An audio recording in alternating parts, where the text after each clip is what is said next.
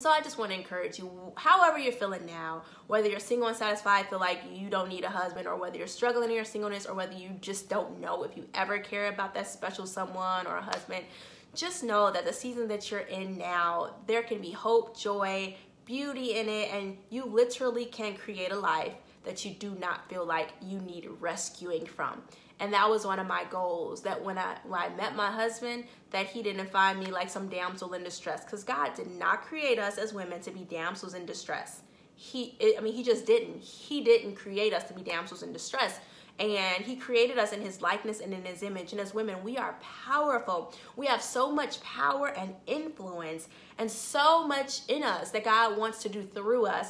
But if we're so caught up in another human being and feel incomplete without that other special person, we'll never fully realize who we are in God, who he's created us to be, and how we are to function. Because honey, let me tell you, if you are expecting your husband or that special somebody to complete you when you get them, you are sadly mistaken.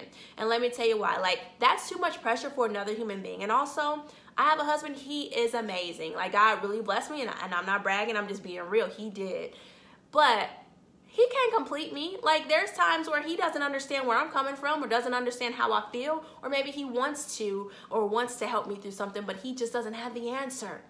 Why? Because he's not my creator. He's not my God, you know? And I think sometimes when we get in relationships, we expect that person to make us happy, to be perfect, that fairy tale ending. And it's like, yes, there's beauty in marriage and all those beautiful things, but there is no perfect relationship and there is no perfect person. You're two imperfect people trying to come together to build something, to build this beautiful marriage. And that takes time, and that takes, disagreements, y'all, and that takes, dying to yourself. And I don't mean a physical death, but being selfless, not worrying about being selfish and me, but how can I love them? How can I cherish them? How can I uplift them? It's more of a, of a giving and a loving in that. And when you do that, God takes care of you.